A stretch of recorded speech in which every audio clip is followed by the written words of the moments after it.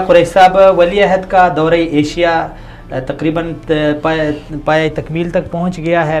कुरैशी साहब, आप इस पूरे दौरे को अगर मद्देनज़र रखें और अपना एक तज्ज़िया पेश करना चाहें तो इस सवाल का जवाब आप क्या देंगे कि इस पूरे दौरे में किस मुल्क को ज़्यादा पजीराई मिली है, पाकिस्तान को, इंडिया को, चाइना को, या क्या कहेंगे?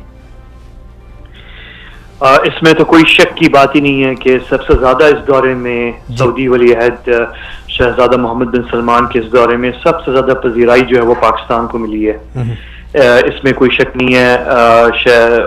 वली अहद ने जो है अपने जो आगाज किया दौरे का वो पाकिस्तान से किया। सबसे बड़ा वफ्द जो उनका था वो पाकिस्तान में था। वो इतना बड़ा वफ्द ना भारत गया ना ही चीन गया।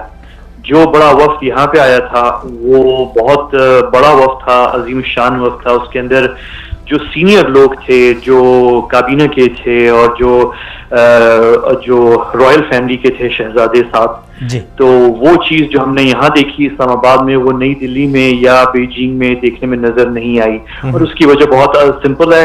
उसकी वजह यह है कि एक तरह से जो इस्लामाबाद पाकिस्तान का जो दौरा था वो एक जो नई नस्ल है सऊदी शहजादों की और जो नई नस्ल है पाकिस्तान और सऊदीया में नौजवानों की, उनके लिए ये एक तरह से एक ट्रांजिशन है कि जो 70 साल पुराना जो अलायंस है, इत्तेहाद है पाकिस्तान और सऊदी अरब का, वो अब नई हाथों में जा रहा है, एक नई नस्ल के हाथों में जा रहा है। तो हमने ये भी देखा कि जो बड़ा वफ्द आया था शहजादा के साथ, वो इस्लामाबाद से वापस गया रियाद, और रियाद से फिर एक छोटा वफ्द जो है वो नई दिल्ली गया और आगे फिर वो चीन गया।